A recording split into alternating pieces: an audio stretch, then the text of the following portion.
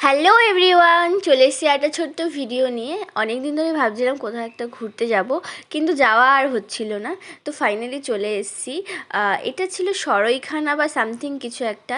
তো অনেক দিন ধরে ভাবছিলাম কোথাও একটা ঘুরতে যাব, কিন্তু কোথাও আর যাওয়া হচ্ছিল না।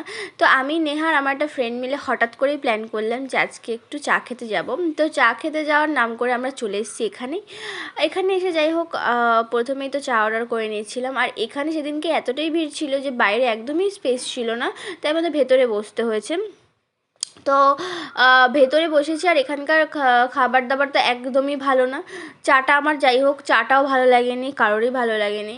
আর সত্যি কথা বলতে আমি ওদের সাথে আমার ঝগড়া শুরু হয়ে গেছিলো, কারণ ওরা ঠিক করে কী খাবে, কে কী খাবে কিছুই অর্ডার করছিল না। তো যাই হোক, এখানে তো অনেকক্ষণ আড্ডা মারছিলাম। এবার কী কথা বলছিলাম সেটা আমি অবশ্যই ভুলে গেছি।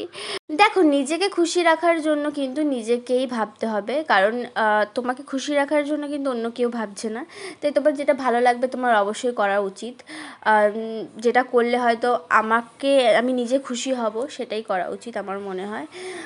তো তারপর এখান থেকে দেখো, এখানে অনেকক্ষণ ধরে আমরা গল্প গুজব করার পর নেহা এবার একটা ভিডিও করবে।